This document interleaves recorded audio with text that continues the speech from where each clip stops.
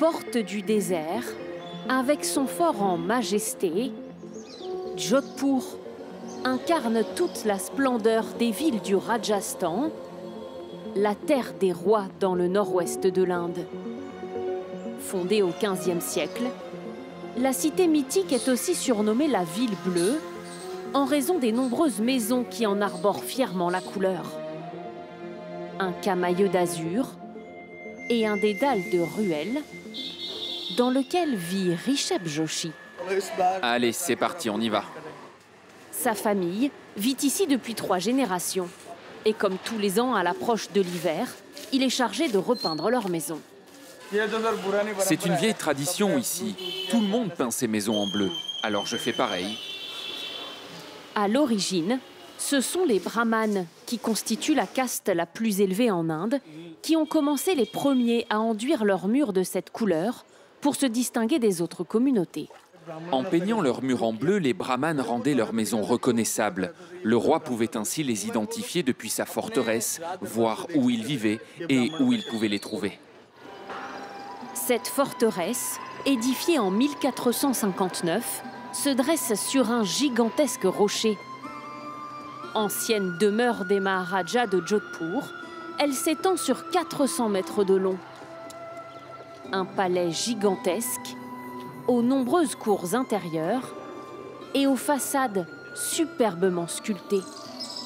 Ce guide touristique s'est pris de passion pour cette ancienne résidence royale. Nous sommes maintenant à l'endroit où avait lieu le couronnement.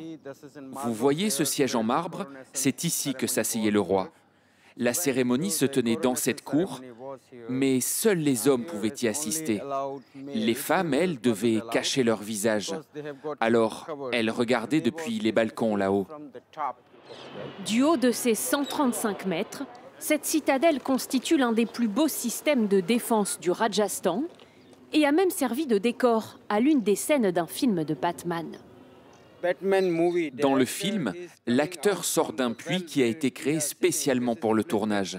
C'est là que nous sommes en ce moment. Quand Batman sort de ce puits, il lève les yeux et il voit ce fort. Ce fort est très connu. Il a servi de décor dans plein d'autres films. Pour l'admirer dans toute sa splendeur, vous êtes prêtes? C'est parti. Cette touriste a décidé de se jeter dans le vide.